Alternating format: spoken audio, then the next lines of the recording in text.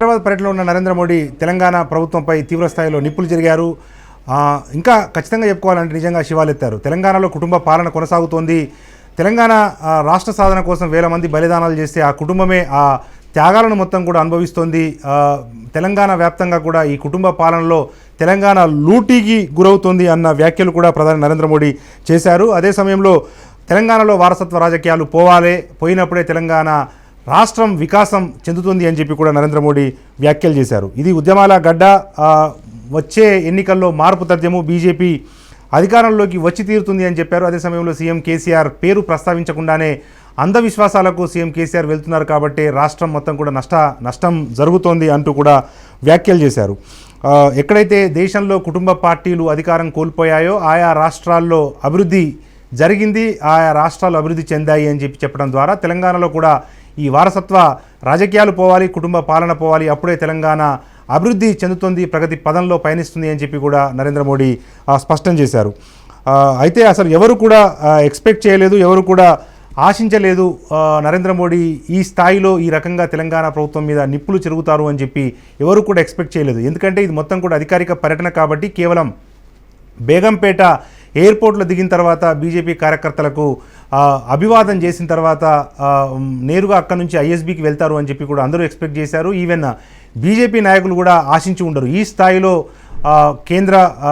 ప్రధాని నరేంద్ర మోడీ రాష్ట్ర ప్రభుత్వం మీద ఈ స్థాయిలో తీవ్ర స్థాయిలో వ్యాఖ్యలు చేస్తారు, కామెంట్స్ చేస్తారు, రాష్ట్ర ప్రభుత్వాన్ని టార్గెట్ చేస్తాడు, రాష్ట్ర ప్రభుత్వంలో పెద్ద ఎత్తున కూడా అవినీతి జరుగుతోంది అని చెప్పి కూడా చెప్పడం ద్వారా నరేంద్ర మోడీ రాష్ట్ర ప్రజానీకానికి ఎటువంటి సంకేతాలు ఇచ్చారు. ఎందుకంటే రాష్ట్రం కేసీఆర్ పాలన మొత్తం కూడా అవినీతి మయమైపోయింది. కేంద్రము త్వరలో అవినీతి విచారణ చేస్తోంది, లక్షల కోట్ల మేర అవినీతి జరిగింది, త్వరలో ఈడీ సిబిఐ దాడులు జరుగుతాయి అని చెప్పి కూడా గతంలో సీఎం కేసీఆర్ పదే వ్యాఖ్యానించిన నేపథ్యంలో ఈరోజు నరేంద్ర మోడీ వ్యాఖ్యలు దేనికి సంకేతం? మరీ ముఖ్యంగా తెలంగాణ మొత్తం కూడా లూటీకి గురవుతోంది అని చెప్పడం ద్వారా నరేంద్ర మోడీ ఎటువంటి సందేశాన్ని ఇవ్వదలుచుకున్నారు అన్న అంశానికి సంబంధించి చర్చ అయితే కొనసాగుతుంది. దీనికి సంబంధించి నరేంద్ర మోడీ ఏం చెప్పారు అన్న విషయాలను 1-2 బైట్స్ రూపంలో మనం చూద్దాము. చూసిన తర్వాత చర్చను కొనసాగిద్దాము.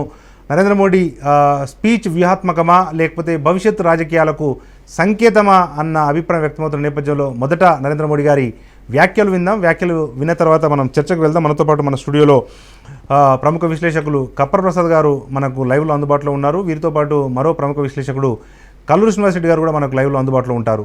వీరిద్దరితో మనం చర్చించే ముందు ఒక్కసారి నరేంద్ర మోడీ గారు ఏమన్నారో ఆయన మాటల్లో వినే ప్రయత్నం చేద్దాం. భారత్ మాతా की పట్టుదల की పౌరుషానికి మారు పేరెన్ తెలంగాణ ప్రజలకు नमस्कारములు. दृढ़ संकल्प एवं पौरुष के लिए प्रख्यात तेलंगाना की जनता को मेरा आदर पूर्वक नमस्कार। इतनी बड़ी संख्या में आप सब एयरपोर्ट पर आए हैं, आपका ये प्यार, तेलंगाना का ये स्नेह, ये मेरी बहुत बड़ी ताकत है। मैं जब भी तेलंगाना आया मुझे लगता है तेलंगाना के स्नेह का कर्ज मुझ पर हर बार ज्यादा ही चढ़ता चला जा रहा है। भाजपा की लड़ाई इन मनसूखों के खिलाफ है, इन सोच के खिलाफ है। वो लोग तेलंगाना को तुष्टीकरण का हब बनाने में लगे हैं। हम तेलंगाना को टेक्नोलॉजी का हब बनाना चाहते हैं। वे तेलंगाना को परिवारवाद के जरिए चंगुल में फंसा के रखना चाहते हैं। हम 21वीं सदी की सोच के साथ तेलंगाना के युवाओं को साथ लेकर तेलंगाना का विकास चाहते हैं। तेलंगाना को नई ऊंचाई तक ले जाना चाहते हैं। साथियों, दशकों तक चले तेलंगाना आंदोलन में हजारों लोगों ने त्याग की, तपस्या की, बलिदान दिए। ये बलिदान तेलंगाना के उज्जवल भविष्य के लिए थे। ये बलिदान तेलंगाना की आन बान शान के लिए था। तेलंगाना आंदोलन इसलिए नहीं चला था कि कोई एक परिवार तेलंगाना के विकास के सपनों को लगातार कुचलता रहे। तेलंगाना आंदोलन इसलिए नहीं चला था कि कोई एक परिवार साम दाम दंड भेद ये रास्ता अपना करके तेलंगाना को तबाह करने में नई नई साजिश करते रहे। साथियों, परिवारवादी पार्टियां भारत की केवल एक सियासी समस्या नहीं है। परिवारवाद और परिवारवादी पार्टियां देश के लोकतंत्र और देश के युवा दोनों की सबसे बड़ी दुश्मन है। రైట్, ప్రధాని నరేంద్ర మోడీ ఈ స్థాయిలో మాట్లాడతారని ఎవరు కూడా ఎక్స్పెక్ట్ చేయలేదు. దాదాపు ఎన్నికల ప్రచార సభల్లో మాట్లాడినట్టుగా ఆయన రాష్ట్ర ప్రభుత్వాన్ని టార్గెట్ చేశారు. ఒక్క మాటలో చెప్పాలంటే ప్రధాని నరేంద్ర మోడీ ఈరోజు మాస్టర్ స్ట్రైక్గానే దీన్ని అభివర్ణిస్తున్నారు. ఎందుకంటే తెలంగాణలో కుటుంబ పాలన అవినీతికి వేదికగా మారింది. ఈ అవినీతి కుటుంబ పాలన నుంచి తెలంగాణకు విముక్తి కల్పిస్తోంది బీజేపీ. వచ్చే ఎన్నికల్లో మార్పు తథ్యం ఉద్యమాల గడ్డలో బీజేపీ జెండా ఎగరటం ఖాయము అని చెప్పి కూడా నరేంద్ర మోడీ వ్యాఖ్యలు చేసిన నేపథ్యంలో తెలంగాణ స్వాభిమాన ఉద్యమం కొనసాగుతోంది. స్వాభిమాన ఉద్యమం రూపుదిద్దుకుంటోంది, పతాక స్థాయికి వెళ్తుంది అని చెప్పి కూడా నరేంద్ర మోడీ ఒక ఆశాభావాన్ని వ్యక్తం చేసిన నేపథ్యంలో వచ్చే ఎన్నికల్లో మార్పు తథ్యమా, బీజేపీ ఇక దూకుడు పెంచబోతుందా అన్న సంకేతాలను నరేంద్ర మోడీ వ్యక్తపరిచారు. అదే సమయంలో టీఆర్ఎస్ బీజేపీ మధ్య ఒక సంబంధం ఉంది. తెర వెనుక రెండు పార్టీలు కూడా పరోక్షంగా ఫైట్ చేస్తున్నాయి. ఇదంతా WWF అన్నట్టుగా కొంతమంది విశ్లేషణలు చేస్తున్న నేపథ్యంలో టీఆర్ఎస్తో ఎటువంటి సంబంధాలు ఉండవు, ఇప్పటికీ లేవు, భవిష్యత్తులో కూడా ఉండబోవు, ఎటువంటి మ్యాచ్ ఫిక్సింగ్ కాదు అని చెప్పి కూడా నరేంద్ర మోడీ వ్యాఖ్యలను బట్టి మనకు అర్థమవుతుంది. దీనికి సంబంధించి చర్చను కొనసాగిద్దాం. మనతో పాటు మన స్టూడియోలో ప్రముఖ విశ్లేషకులు సీనియర్ జర్నలిస్ట్ కప్పర ప్రసాద్ గారు మనతో లైవ్లో అందుబాటులో ఉన్నారు. వారిని అడిగి చర్చను కొనసాగిద్దాం. కొద్దిసేపట్లో కల్లూరు శ్రీనివాసరెడ్డి గారు మరో ప్రముఖ విశ్లేషకులు కూడా జాయిన్ అవుతారు. కప్పర గారు నమస్తే అండి. నమస్తే. అసలు ఏం చెప్తారు సార్, మీరు ఎక్స్పెక్ట్ చేశారా నరేంద్ర మోడీ కేవలం స్నాతకోత్సవానికి వస్తున్న నేపథ్యంలో నరేంద్ర మోడీ ఈ స్థాయిలో రాష్ట్ర ప్రభుత్వాన్ని టార్గెట్ చేస్తాడు అని చెప్పి ఎక్స్పెక్ట్ చేశారా? నరేంద్ర మోడీ స్పీచ్ విన్న తర్వాత ఏమనిపిస్తుంది మీకు?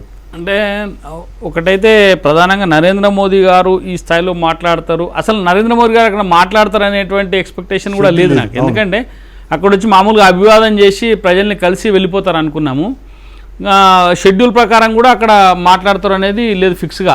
వీలైతే మాట్లాడతారు, లేకపోతే లేదు. ఫిక్స్డ్ ప్రోగ్రామ్ అనేది అయితే ఏం లేదు.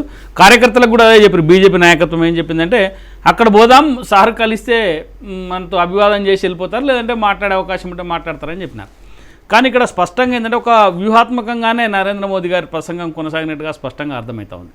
ఎందుకంటే మోదీ గారు ఎప్పుడైతే రాష్ట్రానికి వస్తూ ఉంటారో ఇక్కడి నుంచి ఈయన కేసీఆర్ గారు పలాయనం చిత్తగిస్తూ ఉంటారు.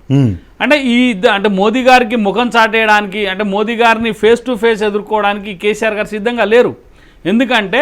ఎందుకు లేరు అంటే నా అనుమానాలు ఏంటంటే కేసీఆర్ అనేక రకాల మాటలు చెప్పింటారు, అనవసరంగా నోరు జారినటువంటి సందర్భం కూడా ఉన్నది ఇప్పుడు. కాబట్టి దీన్ని ఆయన ఫేస్ టు ఫేస్ ఎదురుబడి దాన్ని జీర్ణించుకోలేడు, లేదా దాన్ని ఏమంటే ఎదుర్కొనేటువంటి పరిస్థితి లేదు. కాబట్టి ఆయన ఏదో ఒక పని పెట్టుకోనో, లేకపోతే కరోనా అని ఒకసారి, ఇప్పుడు అక్కడికి కర్ణాటకకు ఒకసారి ఇట్లా వెళ్ళిపోవడం జరుగుతూ ఉంది. అయితే ఇలా స్పష్టంగా మోదీ గారు టార్గెట్ చేసినటువంటి అంశాలు అవినీతి ఒకటి.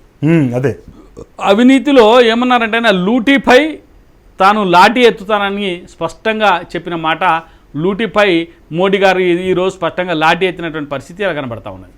రెండో మాట ఏంటంటే కుటుంబ పాలన విషయంలో ఆయన ఈ రాష్ట్రానికే పరిమితం కాకుండా దేశం మొత్తం మీద కూడా కుటుంబ పాలన ఎక్కడున్నా కూడా అది వికాసానికి గొడ్డలి పెట్టు, కేవలం ఒక్క కుటుంబానికి రాజకీయ లబ్ధి, ఆర్థిక లబ్ధి చేకూర్చడానికి ఉపయోగపడుతుంది తప్ప వికాసానికి గొడ్డలు పెట్టు అనేటువంటి మాట స్పష్టంగా చెప్పడం. అన్నిటికంటే ముఖ్యంగా ఈరోజు ఆయన చెప్పినటువంటి అంశం ఏంటంటే కొత్తగా ఉంది. అది ఏది? అంధవిశ్వాసాలు, మూఢ విశ్వాసాలకు సంబంధించినటువంటి మాట ఆయన చెప్పడం. అంటే ఎవరం ఎక్స్పెక్ట్ చేయలే. అంటే మోదీ గారు అవినీతి మీద మాట్లాడతారు అనుకున్నాము, కుటుంబ పాలన మీద మాట్లాడతారనుకున్నాము, రాష్ట్రంలో ఉండేటువంటి రాజకీయ పరిణామాల మీద మాట్లాడతారనుకున్నాము, లేకపోతే రాష్ట్రం అప్పులు చేసి దివాలా తీస్తుందని మాట్లాడతారు అనుకున్నాం. కానీ ఆయన కొంచెంగా కొత్త అంశాన్ని తెరపైకి తెచ్చారు. ఇది బహుశా రాష్ట్ర ప్రజలకు పాత అంశమే అయినప్పటికీ నరేంద్ర మోదీ గారి ఆ స్థాయిలో ఉండేటువంటి వ్యక్తి నోటి నుంచి రావడం వల్ల దానికి కొంత ప్రాముఖ్యత కూడా ఏర్పడ్డదని చెప్పొచ్చు. అదే అంధవిశ్వాసం. టెక్నాలజీ పరంగా తెలంగాణను నేను అభివృద్ధి చేస్తాను, కానీ ఇక్కడ కొందరు అంధవిశ్వాసంతో మళ్ళీ వెనక్కిపోతా ఉన్నారనేటువంటి మాట ఆయన స్పష్టంగా చెప్పినారు. దీనికి ఉదాహరణ కూడా ఇచ్చినారు. ఏంటంటే యూపీలో ఏముందంటే గుర్గావ్ నుంచో లేకపోతే అక్కడి నుంచి ఎన్నికల ప్రచారం స్టార్ట్ చేస్తే లేకపోతే అక్కడికి ఎన్నికల ప్రచారానికి పోతే ఆ పార్టీ తిరిగి అధికారంలోకి రాదు అనేటువంటి ఒక మూఢ విశ్వాసం గతంలో యూపీ ప్రజల్లో ఉండే. అవును. కానీ ఆ విశ్వాసాలను ఎవరు రద్దు చేసినారంటే కాషాయ బట్టలు కట్టుకున్నటువంటి సంత్ పరంపర నుంచి వచ్చినటువంటి యోగి ఆదిత్యనాథ్ గారు ఆ విశ్వాసాలని బద్దలు కొట్టి తిరిగి అధికారంలోకి వచ్చిందని చెప్పి కూడా చెప్పడం జరిగింది. అట్లానే గుజరాత్లో కూడా ఇట్లాంటి విశ్వాసమే ఒకటి ఉండింది.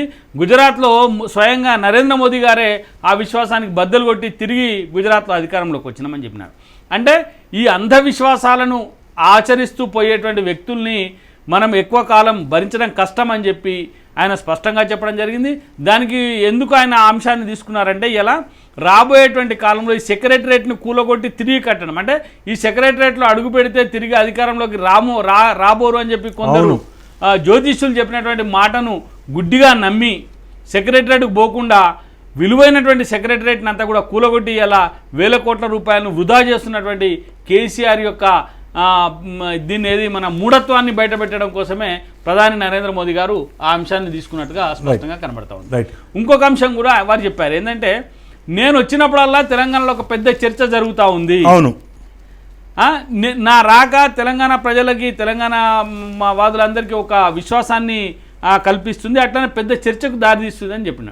ఆ చర్చ ఏంటంటే ఇదే, ఆయన స్వయంగా ముఖ్యమంత్రి గారిని మాట ఎక్కడ తీసుకోలేదు, టీఆర్ఎస్ పార్టీ అంశం తీసుకోలేదు, ఏది లేకుండానే ఆయన పూర్తిగా ఎంత కడగాలను అంత కడిగి పడేసిండ్రు. ఆ చర్చ ఏంటంటే అన్నట్టుగా ఉంది. ఆ చర్చ ఏంటంటే నేను వస్తుంటే ఆయన పారిపోతాడు. ఇప్పుడు తెలంగాణలో చర్చ అదే కదా. అవును, ప్రధానంగా చర్చ మోదీ గారు వస్తున్నారు, ఈ కేసీఆర్ గారు పారిపోయినరు. ఈ అంశమే ప్రధానంగా చర్చకు వస్తుంది. కాబట్టి ఆయన చర్చ అనేటువంటి అంశాన్ని తేవడం ద్వారా కేసీఆర్ పలాయనం చిత్తగించిన అంశాన్ని కూడా ఇలా ప్రజల్లోకి తీసుకుపోవడానికి మోదీ గారు చాలా బ్రహ్మాండంగా మాట్లాడడం జరిగింది. ఈ అంశాన్ని చూస్తే అంటే మొన్న అమిత్ షా వచ్చినప్పుడు కానీ అంతకుముందు అనేక సందర్భాలలో నరేంద్ర మోదీ గారు మాట్లాడినప్పుడు కానీ అందరు ప్రజలు ఏమనుకున్నారంటే ఏంది వీళ్ళు గట్టిగా కేసీఆర్ ప్రభుత్వం మీద మాట్లాడట్లేదు అనేటువంటి ఒక కొంత ఇబ్బంది తెలంగాణ ప్రజానీకానికి ఉండేది. కానీ ఈరోజు నరేంద్ర మోదీ గారు బేగంపేటలో చేసినటువంటి ప్రసంగం, ఏదైతే ఎయిర్పోర్ట్లో చేసినటువంటి ప్రసంగం వల్ల పూర్తిగా ఆ అనుమానమే పటాపంచలైపోయింది. ఖచ్చితంగా లూటీ పైన లాఠీ ఎత్తడానికే బీజేపీ ప్రభుత్వం సిద్ధంగా ఉందనేది స్పష్టంగా అర్థమవుతుంది. Right, thank you. మనతో పాటు మనకు ప్రముఖ విశ్లేషకుడు కల్లూరి శ్రీనివాస్ రెడ్డి గారు కూడా మనకు లైవ్లో అందుబాటులో ఉన్నారు. వారిని అడిగి ఆ చర్చను కొనసాగిద్దాం. కల్లూరి గారు నమస్తే సార్.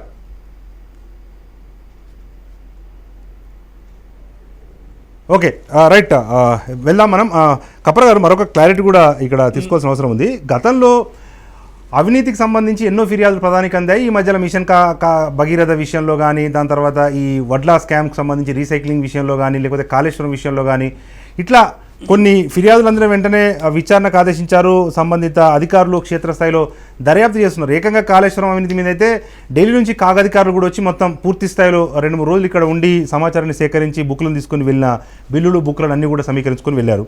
ఈ నేపథ్యంలో ఈ అవినీతి తీగ లాగితే డొంకంతా కదిలింది కాబట్టి ఇప్పుడు ఏకంగా ప్రధాని నరేంద్ర మోడీ ఈ స్థాయిలో మాట్లాడారు. ఎందుకంటే గతంలో బీజేపీ నాయకులు మాట్లాడారు, ఇతర మంత్రులు మాట్లాడినప్పటికీ ప్రధాని మాత్రం ఎప్పుడు నేరుగా తెలంగాణ అవినీతికి వేదికగా మారింది, తెలంగాణలో కుటుంబ పాలన కొనసాగుతుంది కాబట్టి ఇదంతా అవినీతి వేదికగా మారింది, భవిష్యత్తులో తెలంగాణ వికాసం రావాలంటే వారసత్వ రాజకీయాలు పోవాలి అన్న ఒక పిలుపును కూడా ఇచ్చారు. అదే సమయంలో తెలంగాణలో స్వాభిమాన ఉద్యమం ఒకటి కొనసాగుతోంది అంటూ కూడా ఆయన వ్యాఖ్యలు చేశారు. నిజంగా భవిష్యత్తులో మనం ఏమైనా అవినీతి విచారణకు సంబంధించి ఏమైనా పెద్ద సంస్థల నుంచి మనం ఏమైనా విచారణ ఎక్స్పెక్ట్ చేయొచ్చా సార్?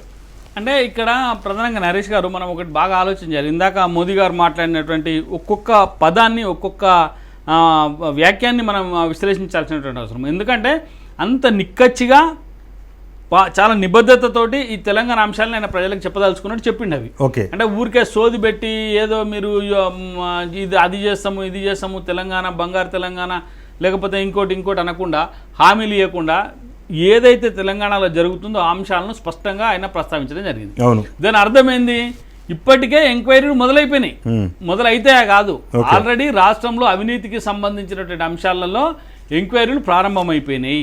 దానికి సంబంధించినటువంటి దస్త్రాలు కూడా కేంద్ర ప్రభుత్వంలోని ఆయా శాఖలకు చేరుతా ఉన్నాయి. ఓకే, వాటి మీద పదే పదే అంటే భారతీయ జనతా పార్టీ అధికారంలోకి వచ్చినాక మనం గమనించాల్సింది ఏంటంటే ఏదైనా ఉప్పెన్లా ఒకసారి వచ్చి పడుతుంది అంతే.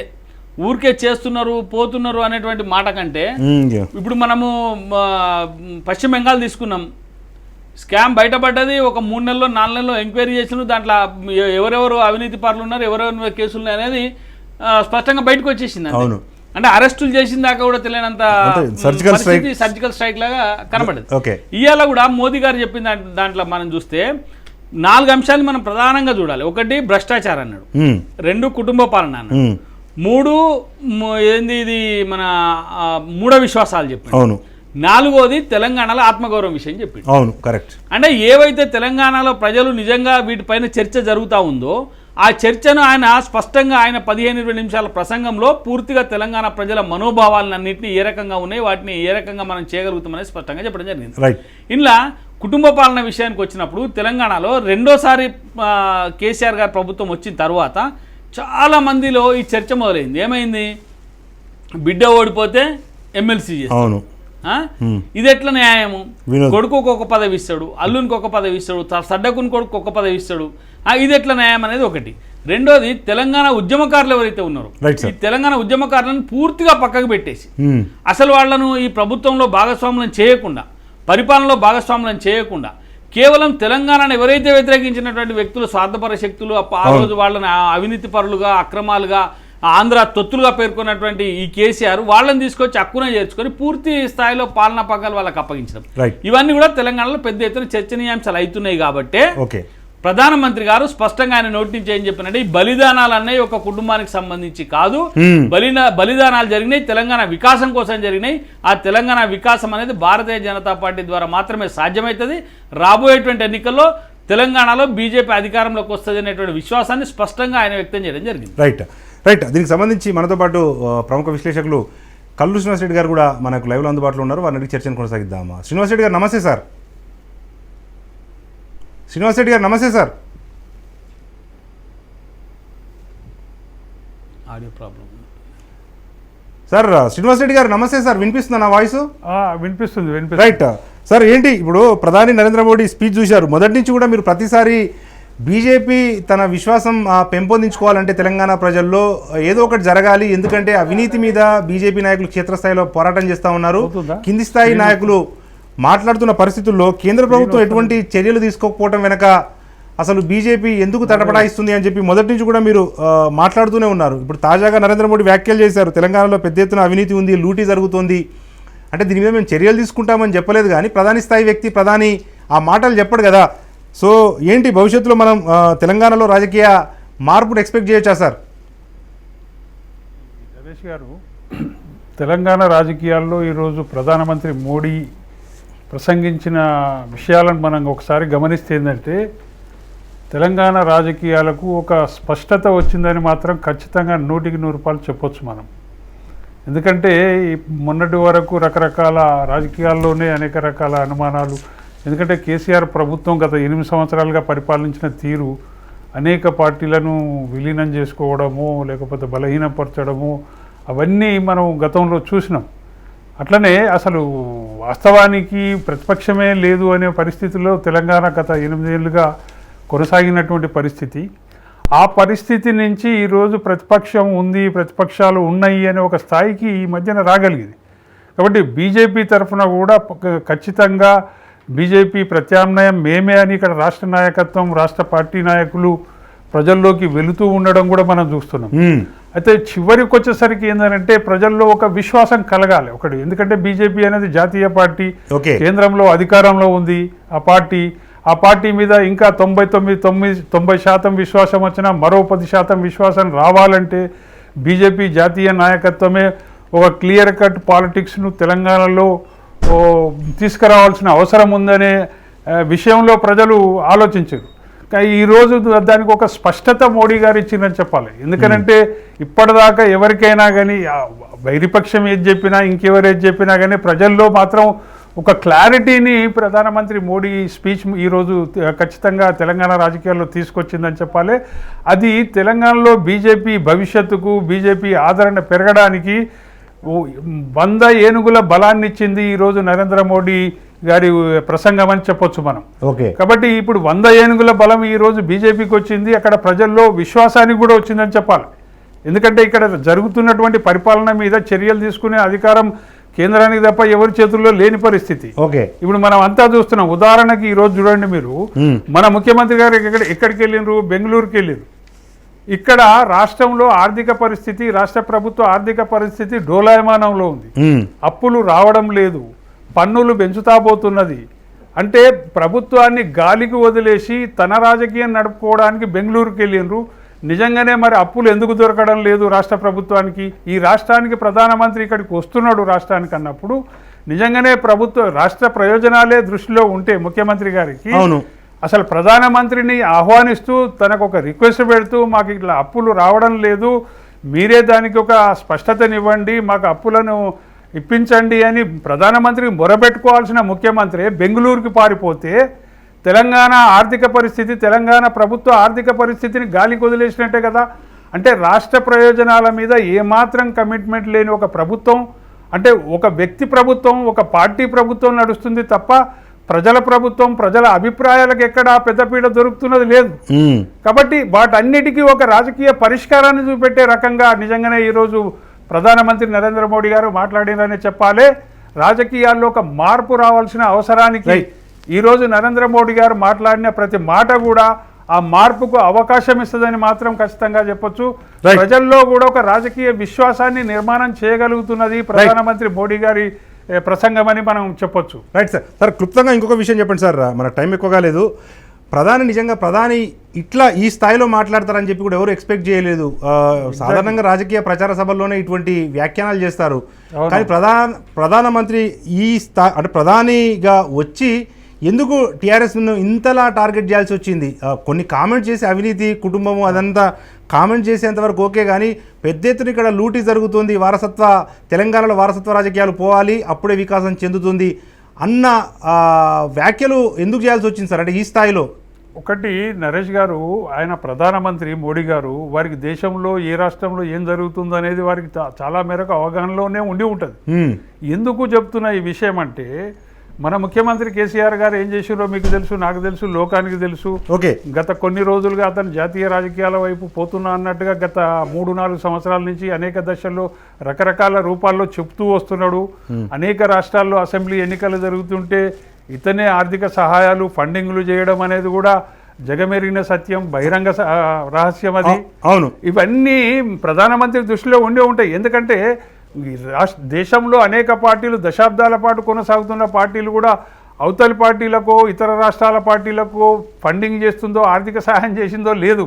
ఒక విచిత్రమైన రాజకీయాన్ని నిర్మాణం చేయడంలో కేసీఆర్ గారు అంత స్థాయికి వెళ్ళిపోయిందంటే 8 సంవత్సరాలు మాత్రమే పరిపాలించిన ఒక రాష్ట్ర ముఖ్యమంత్రి 30-40 సంవత్సరాల నుంచి కొనసాగుతున్న పార్టీలకు ఆర్థిక సహాయాలు చేస్తుండే ఇక్కడ ఎంత అవినీతి జరిగి ఉంటే అతను సహాయం చేయగలుగుతాడనే ప్రశ్న కూడా ఉంటుంది కదా.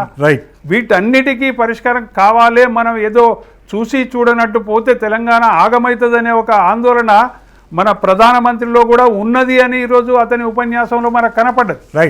ముఖ్యంగా వారు ప్రస్తావించింది కుటుంబ పాలన పారదోలాలని ప్రజలకు ఏదైతే అప్పీల్ ఇచ్చిరు వారు. ఎందుకంటే ప్రజాస్వామ్యం ఉండని పరిస్థితి, కుటుంబ పాలనలు ఎక్కడ జరిగినా కానీ అవన్నీ దోపిడీ విషయంలోనే జరిగింది, దోపిడే జరిగింది కుటుంబ పాలనలో ఉన్న దగ్గర అనేది ప్రధానమంత్రి గారు చాలా స్పష్టంగా చెప్పారు. కాబట్టి తెలంగాణ ప్రజలకు కూడా ఒక సందేశం ఇచ్చిండ్రు, ఒక మార్పును కోరుకోవాలని చెప్పిండ్రు, స్పష్టమైన ప్రజాస్వామ్య రాజకీయాలు ఈ రాష్ట్రంలో రావాలని చెప్పిండ్రు, కుటుంబ పాలన పోవాలని చెప్పారు. కాబట్టి తెలంగాణలో బీజేపీ రాజకీయాలకు ఒక స్పష్టత వచ్చింది. ప్రజల్లో కూడా ఆ విశ్వాసం నిలబడడానికి ప్రధానమంత్రి గారి ఉపన్యాసం బాగా ఉపయోగపడుతుందని చెప్పాలి. Right sir, thank you. చర్చలో పాల్గొన్న విశ్లేషకులు కల్లూరి శ్రీనివాస్ రెడ్డి గారికి, కపరప్రసాద్ గారికి ఇద్దరు కూడా ధన్యవాదాలు. ఒక విషయం అయితే స్పష్టమైంది, అదేంటంటే ఇక తెలంగాణలో రాజకీయాలు మారబోతున్నాయి, ఇప్పుడే ఇక అసలైన రాజకీయాలు ప్రారంభమవుతాయి అన్నదానికి ప్రధాని నరేంద్ర మోడీ ఉపన్యాసమే ఒక ప్రధాన సూచికగా, సంకేతంగా కనిపిస్తోంది అన్న అభిప్రాయం మాత్రం మనకు చర్చలో వ్యక్తమైంది. ఇది ఇప్పటివరకున్న అప్డేట్స్. మరిన్ని అప్డేట్స్ కోసం చూస్తూనే ఉండండి రాజ్ న్యూస్.